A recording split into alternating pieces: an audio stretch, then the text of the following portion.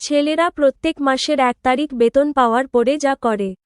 এ মাসে পুরো মাইনাটা আমি হিসাব করে করে খরচ করবো। প্রত্যেক মাসে কোথায় যে চলে যায় টাকাগুলো হিসাবই করে পাই না। এ মাসে পুরো টাকা আমি পাই টু পাই হিসাবটা করে রাখবো। সংসারে খরচা আছে এত টাকা, মাসে হাত খরচা আছে, গাড়ির তেল আছে, পয়লা বৈশাখ আছে, তার শপিং আছে, আর খরচা আছে এগুলো, আরও খরচা এগুলো এক্সট্রা করতে, মোবাইল রিচার্জ আছে। ঠিক আছে, বেতন পাওয়ার 15 দিন পরে যা হয়। অনেকদিন হিসাবটা দেখা হয় না, হিসাবগুলো আবার আপডেট করতে হবে। ঠিক আছে, এগুলো খরচাগুলো হয়ে গেছে। এবারে আর এই টাকাটা এখানে খরচা হয়েছে। আচ্ছা, তারপরে 500 টাকা কোথায় খরচা করলাম, আর ওই 100 টাকাটা কোথায় দিলাম?